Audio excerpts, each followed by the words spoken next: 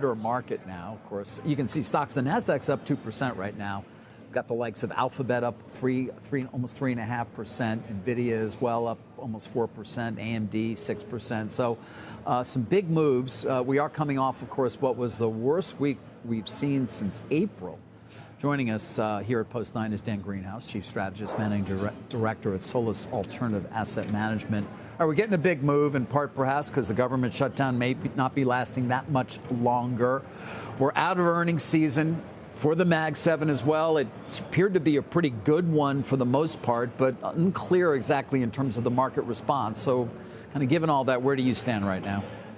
I think there's a lot of one-offs going on right now. Obviously, you have the government shutdown, which is probably weighing a little bit on the lower-income consumer. We hear that from a number of companies, a number of sectors. The AI story, yeah, Sam Altman said something stupid, and everyone had a bit of a heart attack about it. But the reports, as you noted, from the Mag 7 were pretty good. Even Meta, which had market-wise, a negative response to it. The report looked pretty good to me and to It was everybody. the CapEx spending there that just That's right. Scared a lot of people. That's true. The reaction was terrible. Terrible. Yeah. But now also you look at something like DoorDash. In both cases, both stocks had tremendous runs. And so if you're going to have a report that's not 100%, the market reaction for a number of names is going to be pretty negative. Live Nation is another one. But I don't think that story has changed. And I think when you have a bad week like we had last week, relatively speaking, a bad week, lots of things get called into question. I think a lot of that's hyperbolic short-termism. To me, the narrative that's been driving the market higher, the AI story, the accommodative Fed, et cetera, or the increasingly accommodative Fed, remain in place. So we got, a little over 6 weeks left in the year, yeah, amazingly it's enough. amazing. Do you see us having sort of that a positive bias for the remainder of 25? I think the bias is listen, seasonality is your friend always at the end of the year. You don't have to be a market expert, Dan Greenhaus, to know that. But the bias is higher. I think the issue now that a lot of people are wrestling with, in addition, is once again, Sarah and I were talking before we came on air, the consumer weakness is again a boogeyman that I'm being told about because we're not buying burritos at Chipotle.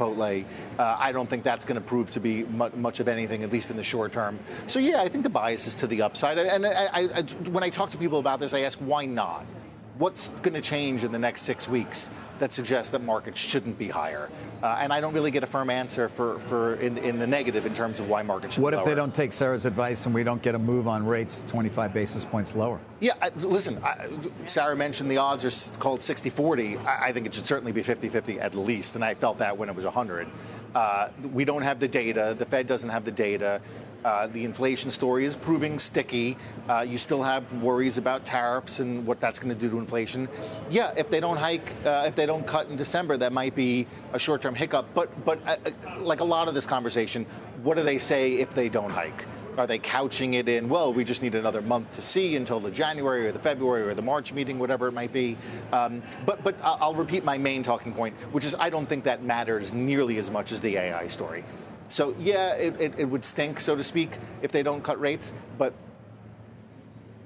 the CapEx, you're talking 400. Right. I mean, that's what we got out of earnings season. Nobody's cutting. Everybody's actually capacity is constrained. It was quite demand exceeding supply something. Everywhere. But that's why I think it would be a mistake if they don't cut, because the strength in the economy is coming from the capex and big tech firms. It's not. I mean, there's a K-shaped recovery, and even if the consumer overall is resilient, we know the low income is feeling the heat. We see it in the confidence data. You see it in some of the spending data. You see it in Chipotle earnings. So, I mean, wouldn't it be a mistake if the Fed didn't cut rates? Yeah, that's who they're trying to help, not the stock market. I mean, Schmidt says stock market's at a record high. That's the Magnificent Seven. Yeah, I mean, that a lot. I think rates should be in the mid-threes. I think you should get down into the mid-threes and then reassess. We know the low income. Whenever we have this conversation, what people will say to me is, I don't know, does the market or the economy need rate cuts? And I don't think need is the right way to look at it. I just think I imagine Governor Myron's going to make a similar case. Where should rates be? Sure. And I think they're a little too high right now, especially when you have some issues in the labor market, especially when you have clearly some problems among the low-income consumers. I don't think the economy needs rates to be much lower, but it would be beneficial. You would help take some of that pressure off of certain aspects of the economy. Housing is another one where whatever we've seen thus far in the form of lower mortgage rates just has not translated into meaningfully improved housing activity. So there are areas that'll benefit from it, but again, the AI story is just so dominant. I know it's what we talk about all day, all day, every day. It's because we should. It's because we should. And another point worth making is it's not just the Mag 7. No.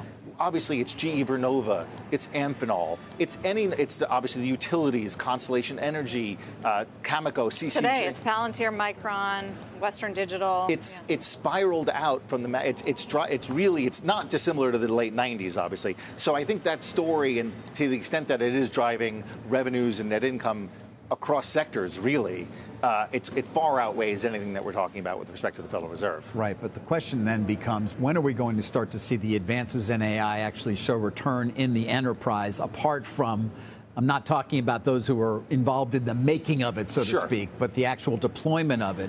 When do you see that occurring? When are you going to be sitting here and saying, well, I'm taking my earnings estimates up, I don't know what percentage, because efficiency is now here for all enterprises as a result of AI? The short answer, of course, is we don't know. What I will say is when you look through the earnings reports from this quarter, and I've talked about this before, but it's worth repeating, PPG, the chemical company, talked about designing a new clear coat paint with the benefit of AI and their internal data.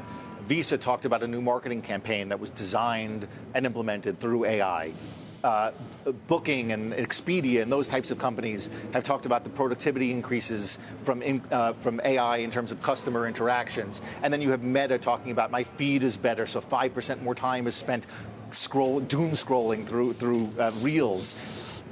Yeah, that's obviously not economically beneficial, but it is a benefit for the company and for advertisers. So I think you are starting to see these little indications that AI is starting to pay off in the easy way that we expect it's going to pay off. But also, a la the late 90s, it's going to take 5-7 years before we see the Facebooks of the world in terms of the internet with relation to AI come to fruition. We don't know what that's going to be. And it's going to take a long time until we start building those platforms on top of this ecosystem. But I have no doubt that we're going to. We're spending $400 billion a year.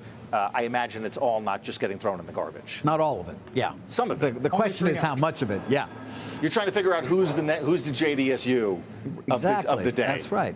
That's right. I love coming on here because I get to talk about. You go back to the late 90s. The late 90s, yeah, when you were a very young man. We were all very young. And now, not David. No, not me. No, I need your moisturizing routine.